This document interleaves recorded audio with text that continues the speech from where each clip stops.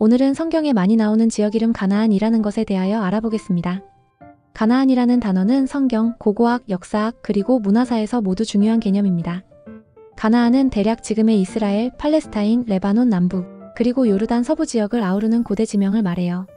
시간적으로는 대략 기원전 3000년경부터 기원전 1000년경 사이에 이 지역을 가리키는 데 사용됐습니다. 우선 성경 이야기부터 시작해 볼게요.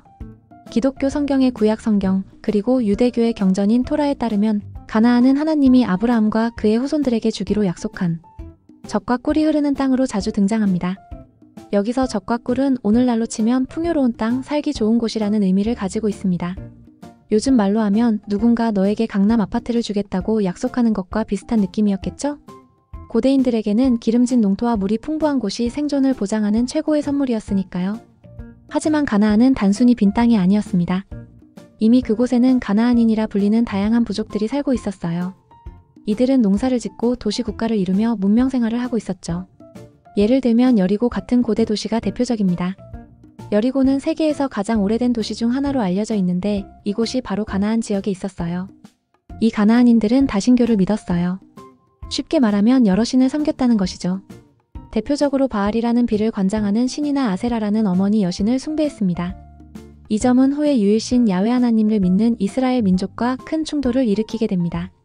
구약 성경의 여러 이야기들, 예를 들면 여호수아가 이끄는 가나안 정복 전쟁은 이런 충돌을 배경으로 합니다. 당시 이스라엘 사람들은 가나안 땅에 들어가 그곳에 살고 있는 다양한 민족들과 싸우고 그 땅을 차지하려 했다고 성경은 전하고 있죠.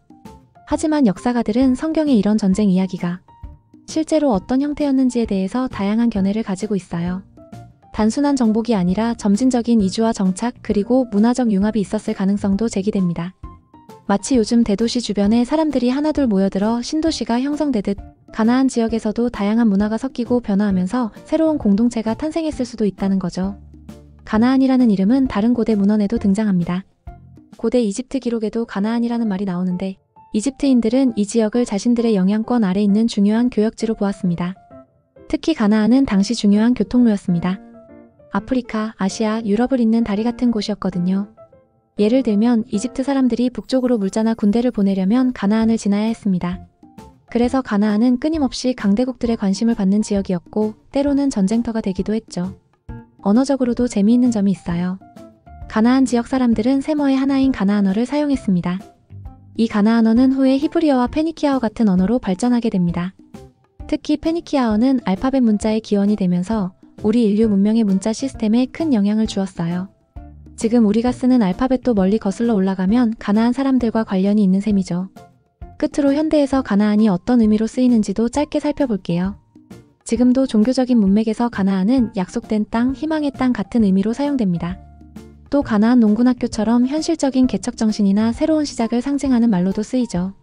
정리하면 가나안은 단순한 지명이 아니라 고대 문명의 교차로이자 신화와 역사, 종교와 문화가 얽힌 상징적인 공간입니다. 가나안 이야기를 알면 고대 중동 지역의 역사를 이해하는데 아주 중요한 열쇠를 하나 얻게 되는 셈입니다.